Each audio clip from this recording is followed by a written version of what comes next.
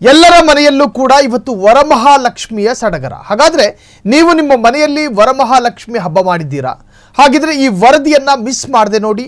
ಮನೆಯ ಪೂಜೆ ಫೋಟೋಗಳನ್ನು ವಾಟ್ಸಪ್ ಸ್ಟೇಟಸ್ಗೆ ಹಾಕಿಕೊಳ್ಳಬೇಡಿ. ಹೆಚ್ಚು ಒಡವೆ ಹಣ ಪ್ರದರ್ಶನ ಮಾಡಿದ್ರೆ ನಿಮಗೆ ಕಾದಿದೆ ಅಪಾಯ.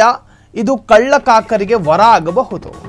ಮನೆಯಲ್ಲಿ ವರಮಹಾಲಕ್ಷ್ಮಿ ಹಬ್ಬವನ್ನು ಆಚರಿಸಿಕೊಂಡು ವಾಟ್ಸಪ್ ಸ್ಟೇಟಸ್ಸಿಗೂ, ಫೇಸ್ಬುಕ್ನ ಸ್ಟೇಟಸ್ಸಿಗೂ, ಇನ್ಸ್ಟಾಗ್ರಾಮ್ನ ಸ್ಟೇಟಸ್ಸಿಗೂ ಹಾಕಿ ಮನೆ ಮಕ್ಕಳ ಜೊತೆ ಚೆನ್ನಾಗಿ ನಿಂತ್ಕೊಂಡು ಪೋಸ್ಟ್ ಕೊಟ್ಟು ನಾನು ಕನಕಪುರಕ್ಕೆ ಹೋಗ್ತಾ ಇದ್ದೀನಿ, ನಾನು ಮಳವಳ್ಳಿಗೆ ಹೋಗ್ತಾ ಇದ್ದೀನಿ ಅಂಥೇಳಿ ಸ್ಟೇಟಸಲ್ಲಿ ಹಾಕ್ಕೋಬೇಡಿ.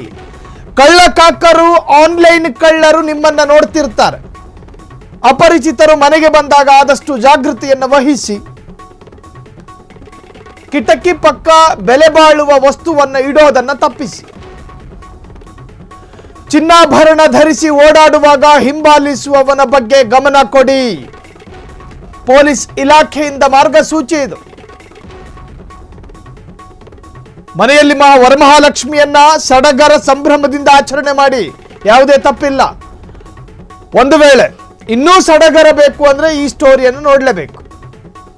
ಮನೆಯಲ್ಲಿ ವರಮಹಾಲಕ್ಷ್ಮಿ ಆಚರಿಸುವಂತಹ ಗೃಹಿಣಿಯರಿಗೆ ಹೆಚ್ಚು ಒಡವೆ ಹಣ ಪ್ರದರ್ಶನ ಮಾಡಿದ್ರೆ ನಿಮಗೆ ಡೇಂಜರ್. ಇದು ಕಳ್ಳಕಾಕರಿಗೆ ವರ ಆಗಬಹುದು. ನಿಮ್ಮ ಮನೆಯನ್ನು ದೋಚೋದಕ್ಕೆ ಅವರು ಕಾರಣ ಆಗಬಹುದು. ಅಪರಿಚಿತರು ಮನೆಗೆ ಬಂದಾಗ ಆದಷ್ಟು ಜಾಗೃತಿಯನ್ನು ವಹಿಸಬೇಕು. ಕಿಟಕಿ ಪಕ್ಕ ಬೆಲೆ ಬಾಳುವ ವಸ್ತುವನ್ನು ಇಡುವುದನ್ನು ತಪ್ಪಿಸಿ. ಚಿನ್ನಾಭರಣ ಧರಿಸಿ ಓಡಾಡುವಾಗ ಹಿಂಬಾಲಿಸುವವರ ಬಗ್ಗೆ ಗಮನ ಕೊಡಿ. ಪೊಲೀಸ್ ಇಲಾಖೆಯಿಂದ ಹೊಸ ಸುತ್ತೋಲೆ ಎಂದು ಹೊರಡಿಸಲಾಗಿದೆ. ನಿಮ್ಮ ಸ್ಟೇಟಸ್ಗಳಲ್ಲಿ ನೀವು ನಿಮ್ಮ ಕೆಲ ಮಾಹಿತಿಗಳನ್ನು ಹಂಚ್ಕೋತೀರಿ.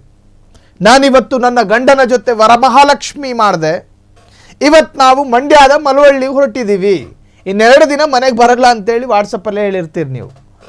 ಅದು ನೋಡಿದ ಕಳ್ಳ ನಿಮ್ಮ ಸ್ಟೇಟಸ್ ನೋಡಿದವನಿಗೆ ನಿಮ್ಮ ಅಡ್ರೆಸ್ ಹುಡುಕೋದು ಕಷ್ಟದ ಕೆಲಸ ಏನಲ್ಲ. ಅವತ್ತಿನ ದಿನ ರಾತ್ರಿ ಅವನು ನಿಮ್ಮ ಮನೆಗೆ ಬಂದು ವರಮಹಾಲಕ್ಷ್ಮಿ ಹಬ್ಬ ಆಚರಿಸ್ತಾನೆ. ಸೊ ಹಾಗಾಗಿ ಜಾಗೃತೆ ವಹಿಸಿ.